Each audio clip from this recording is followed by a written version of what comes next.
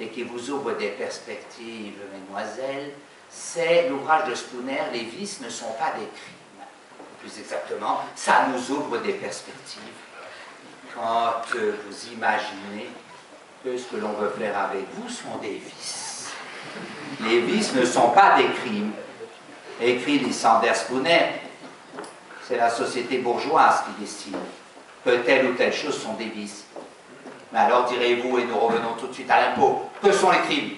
Très simple de distinguer un vice et un crime.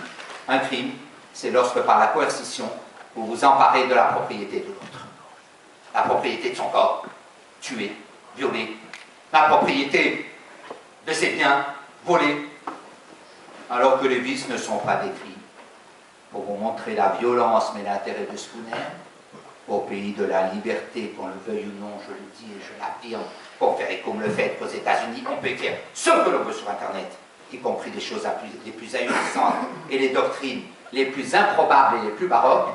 Lysander Spooner, a fortiori à la fin du 19e, où les pères fondateurs de 1776 étaient encore influents, Lysander Spooner, pour outrage à chef d'État, a été poursuivi par le gouvernement américain, a été emprisonné.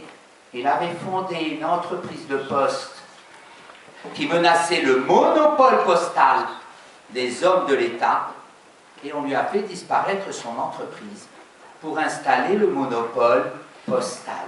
C'est vous dire que lorsqu'on soulève des questions comme ce soir, on peut toujours s'attendre avec les hommes de l'État, que ce soit ma dernière conférence dans l'enseignement public. Je suis à la fois très sérieux et pas sérieux, puisque nous sommes ici, vous le savez, dans un arbre de tolérance, de liberté, et que dans cette maison, toutes les opinions, y compris les opinions qui sont clairement dissidentes dans le monde d'aujourd'hui, peuvent s'exprimer. Je ne suis pas sûr que ça soit le cas dans d'autres maisons. Je reviens à mon impôt que je n'ai pas oublié. Nous parlons de Lysander Spooner et de ce qu'il va écrire dans l'ouvrage « Outrage à chef d'État » sur l'impôt. Est-ce que l'impôt est un vol? Je vais me poser avec vous toute une série de questions, sans vous lasser j'espère, et vous allez voir que je vais essayer vraiment de ne pas dialectiser et me poser les questions que sans doute vous vous posez, et que moi-même je me suis posé. C'est-à-dire je vais prendre toutes les justifications possibles de l'impôt, les plus classiques, et je vais tenter de vous répondre à l'une des prémices qu'on a posées. Première question, est-ce que l'impôt est un vol? Le critère décisif qui départage le don, l'échange et le vol est évidemment celui de la violence.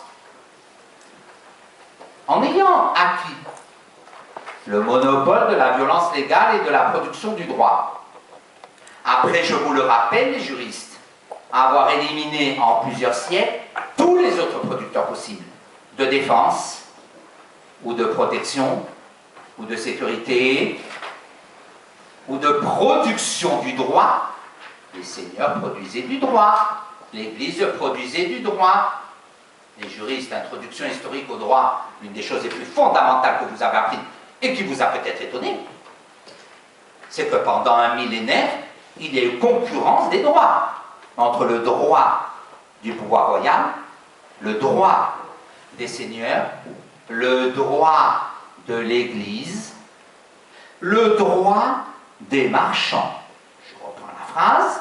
En ayant acquis le monopole de la violence légale et de la production du droit, après avoir éliminé en quelques siècles tous les autres producteurs possibles, de défense, de protection, de sécurité, de production du droit, les hommes de l'État ont désormais la possibilité de vivre. Et de quelle manière? Par la force, sur le dos des autres. Je vous signale que la phrase stricto sensu, les hommes de l'État ont le monopole de la production du droit et le monopole de la violence légale, est une phrase d'une banalité déconcertante, y compris chez des collègues juristes, de point de vue totalement opposé. Je vais vers Romain Dugier. Il est à 50% d'IRPP, impôt sur le revenu des personnes physiques. Je lui prends la moitié de son ordinateur, je m'appelle percepteur, c'est marqué sur le front de la poste. Je m'appelle percepteur, je lui prends 50% de son bien dans la tranche marginale. non seulement on me félicite, s'il refuse, je commence à entamer les procédures judiciaires pour lui faire rendre gorge jusqu'à la prison, je le rappelle, dans le Code général des impôts et le Code pénal. Je te prends la moitié ou la totalité de ton ordinateur, je ne suis pas homme de l'État. Je m'appelle voleur. Et il va porter plainte, et je vais être poursuivi, arrêté. Vous voyez bien que selon que je prends la moitié de ce qu'il a dans son portefeuille, que je m'appelle percepteur ou homme de l'État ordinaire, dans un cas, non seulement c'est bien, c'est pour l'intérêt général de la nation. Et dans le second cas, je suis un vulgaire voleur. Selon que tu t'appelleras inspecteur des impôts ou individu X, la même capture, 50% du portefeuille de Romain, sera mise au crédit de l'intérêt général et donc plutôt portée au pinacle intellectuellement par les sociodémocrates, ou sera violemment condamné. Nous devons, me semble-t-il, refuser la sidération intellectuelle et la subversion, qui consiste, pour clore le débat et empêcher l'expression des opinions dissidentes, d'accepter d'être traité de bourgeoisiste ou version contemporaine de populiste, parce qu'on redonne simplement le sens aux mots. Que produisent les hommes de l'État? Rien. Sinon des réglementations, des lois, des décrets, pour nous enserrer chaque jour plus fortement dans leur filet. Et en contrepartie, obtenant leur revenu par la contrainte et la menace, jusqu'à nous priver de nos biens et de nos libertés, ils vivent tels des seigneurs. L'actualité nous révèle chaque jour son lot de scandales absolus, d'argent du contribuable extorqué par la violence, qui part en fumée ou en rapport.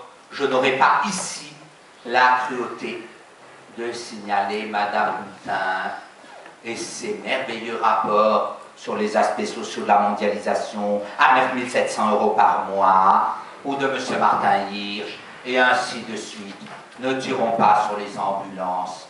Par charité chrétienne, la charité carus est douce. L'impôt est la confiscation par la violence de la propriété de quelqu'un, justement gagné à une échelle si colossale. À partir de maintenant, vous allez prendre certains mots pour des provocations. Le drame, c'est que je les pense et que je crois qu'ils sont vrais, figurez-vous. L'impôt est la confiscation par la violence de la propriété de quelqu'un justement gagné à une échelle si colossale qu'aucune mafia n'oserait l'imaginer. Se dire, je vais pomper 50% du PIB, je pense qu'aucun Calabré digne de ce nom ne peut l'imaginer.